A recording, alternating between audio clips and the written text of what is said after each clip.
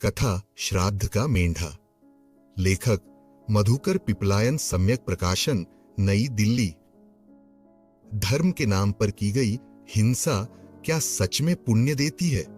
अगर किसी की मौत से किसी और का कल्याण होता तो करुणा का क्या अर्थ बचता? आदर्श जातक कथाएं की यह कथा श्राद्ध का मेंढा एक ही सवाल पूछती है। तो आइए जानते हैं, क्या अंधविश्वास धर्म है या दया ही सच्चा धर्म?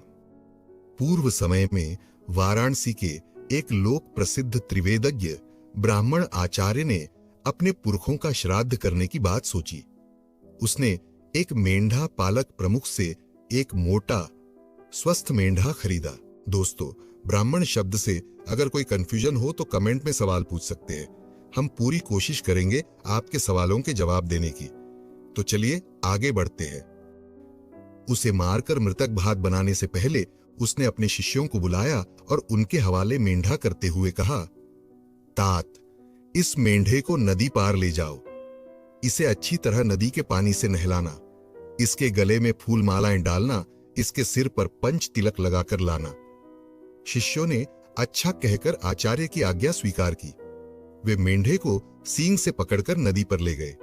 उसे स्नान कराया, सजाया, पंच तिलक लगाया और नदी के किनारे खड़ा कर दिया। मेंढे ने अपने पूर्व जन्मों का स्मरण करते हुए सोचा, आज मैं अपने इस भव चक्र के दुख से मुक्त हो जाऊंगा। यह सोचकर वह हर्षित हो उठा और घड़े के फूटने की तरह जोर से हंसा। फिर कुछ क्षण बाद वह सोचने लगा, यह त्रिवेदज्ञ ब्राह्मण मेरी हत्या करके जिस दुख को मैंने भोगा है, अब वही दुख यह स्वयं भोगेगा।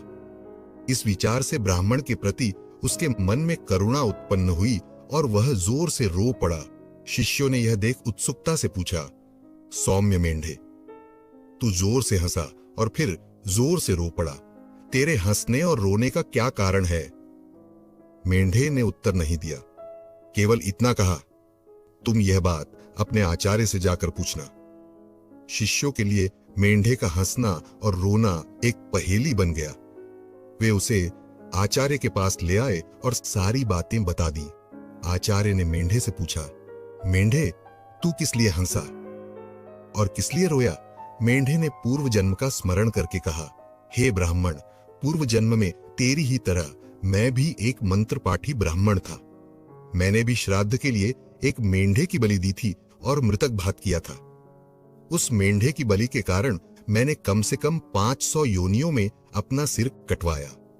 यह मेरा अंतिम जन्म है। आज मैं उस दुख से मुक्त हो जाऊंगा। यही सोचकर मैं हंसा और मैं रोया, इसलिए कि मेरी तरह अब एक त्रिवेदज्ञ ब्राह्मण मेरी बलि देकर 500 जन्मों तक अपना सिर कटाने का दुख भोगेगा। यही सोचकर तेरे प्रति करुणा जागी और मैं रो पड़ा। यह सुनकर त्रिवेदज्ञ ब्राह्मण गंभीर हो गया। भयभीत होकर बोला, मेंढे, घबराओ मत, मैं तुझे नहीं मारूंगा।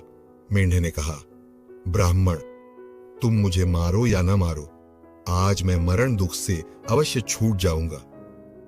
ब्राह्मण बोला, मैं तेरी रक्षा करूंगा, तेरे साथ ही रहूंगा, तुझे अकेला नहीं छोड़ूंगा। ऐसा सोचकर वह शिष्यों के साथ मेंढे की रक्षा करने लगा, किंतु मेंढे की अंतिम घड़ी आ चुकी थी। जब वह एक चट्टान के नीचे घास खा रहा था, अचानक बिजली कड़की और चट्टान पर आ गिरी। चट्टान का एक नुकीला टुकड़ा टूटकर ऊपर से उसकी गर्दन पर आ गिरा और उसकी गर्दन कट गई। उसी समय आकाश से एक देववाणी हुई, एवं चे सत्ता जानेयु दुखाय जाति संभवो न पाणो पाणिनम हजे पाणघाती ही सोचती ती। अर्थ, यदि प्राणी यह जान ले कि जन्म ही दुख है तो कोई प्राणी दूसरे की हत्या न करे। प्राणघात करने वाला अवश्य ही दुख और चिंता भोगता है। स्रोत मत कभत्त जातक। वीडियो अच्छा लगा हो तो लाइक करें, शेयर करें और चैनल को सब्सक्राइब जरूर करें।